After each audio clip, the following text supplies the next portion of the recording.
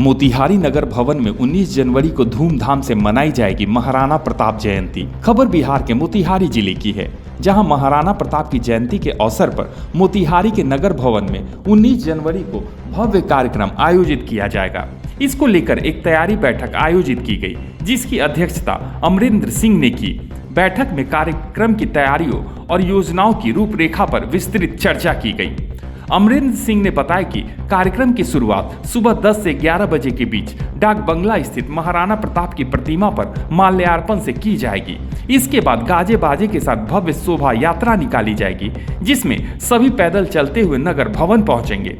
नगर भवन में आयोजित मुख्य कार्यक्रम में विभिन्न जातियों और समुदायों के लोग महाराणा प्रताप के जीवन पर प्रकाश डालेंगे और उनके शौर्य और त्याग को याद करेंगे। आपको बता दें कि महाराणा प्रताप भारतीय इतिहास के महान योद्धा और स्वतंत्रता के प्रतीक माने जाते हैं। उनका वजन 110 किलोग्राम और लंबाई 7 फीट 5 इंच थी। उनकी युद्ध क्षमता का अंदाजा इसी बात से लगाया जा सकता था कि उनके भाले का वजन 81 किलोग्राम और कवच का वजन 72 किलोग्राम था। युद्ध के दौरान महाराणा प्रताप 280 किलोग्राम के अस्त्र शस्त्र लेकर रणभूमि में उतरते थे।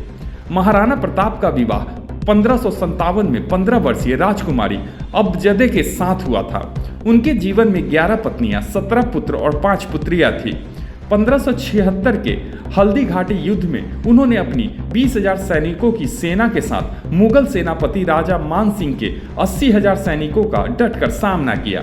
अकबर ने 30 वर्षों के अथक प्रयास के बावजूद महाराणा प्रताप को कभी बंदी नहीं बना पाया। हल्दी घाटी के युद्ध में महाराणा प्रताप का घोड़ा चेतक इतिहास में अमर हो गया। चेतक ने घायल होने के बावजूद 26 फीट चौड़े नाले को पार करके महाराणा प्रताप को सुरक्षित रणभूमि से बाहर निकाला। चेतक ने वीर गति प्राप्त की, लेकिन अपने स्वामी की जान बचाकर वफादारी और बलिदान का अद्वितीय उदाहरण प्रस्तुत किया।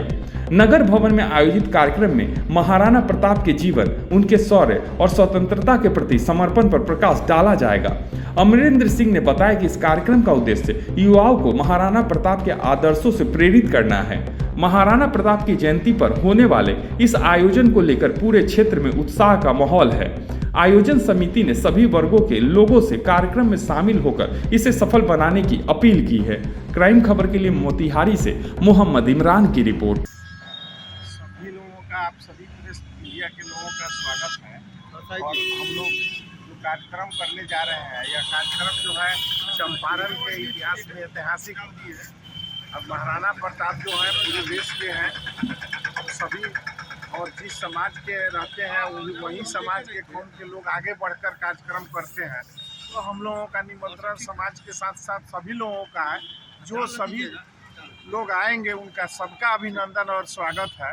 और श्रद्धांजलि इस बार जो है हम लोग पटना में भी मनाते थे, यहाँ भी मना रहे हैं, पूरे देश में मनाया जाता है। हम सभी लोगों को आपके चैनल के माध्यम से पूरे पूर्वी चंपारण के क्षत्रिय के साथ साथ और लोगों को हम लोग सब लोग आप लोगों को निमंत्रण देते हैं कि आवे और अपने पूर्वजों को याद करें और पुष्प अर्पित करें और यहाँ जो भी कार्यक्रम का हिस्सा बने और कार्यक्रम को सबसे पहले आप सबका अभिनंदन है, स्वागत है।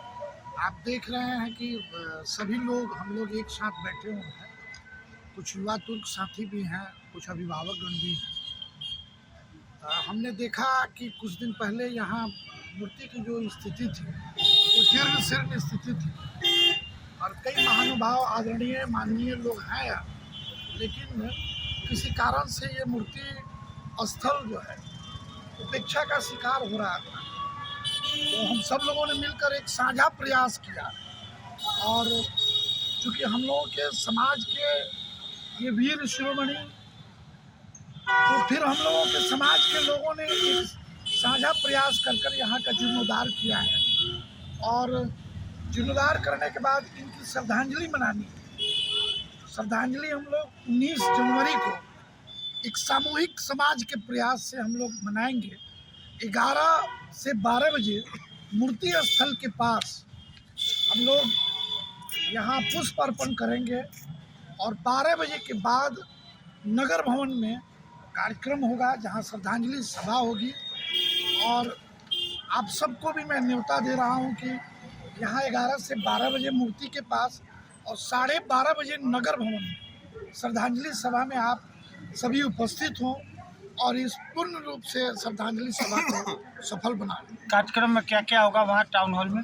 टाउन हॉल में सभी लोग अपनी अपनी विचारों को रखेंगे, क्योंकि आजकल जो सोच है कि जिसकी जितनी संख्या भारी उसकी उतनी हिस्सेदारी, तो हम कहीं ना कहीं एक बात, एक मैसेज देंगे कि निश्चित रूप से हमें अब संख्या बल को देखना होगा, क्योंकि लोकतंत्र में बहुमत का ही महत्व होता है और कहीं ना कहीं से हम अल्पमत में हैं।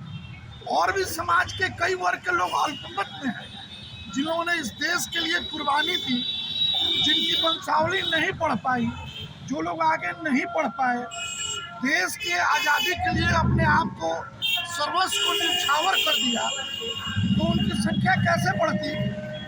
तो आज उस कार्यक्रम के माध्यम से शिक्षा के लिए भी, क्योंकि तलवार का तो महत्व है, समाज को बचाने के लिए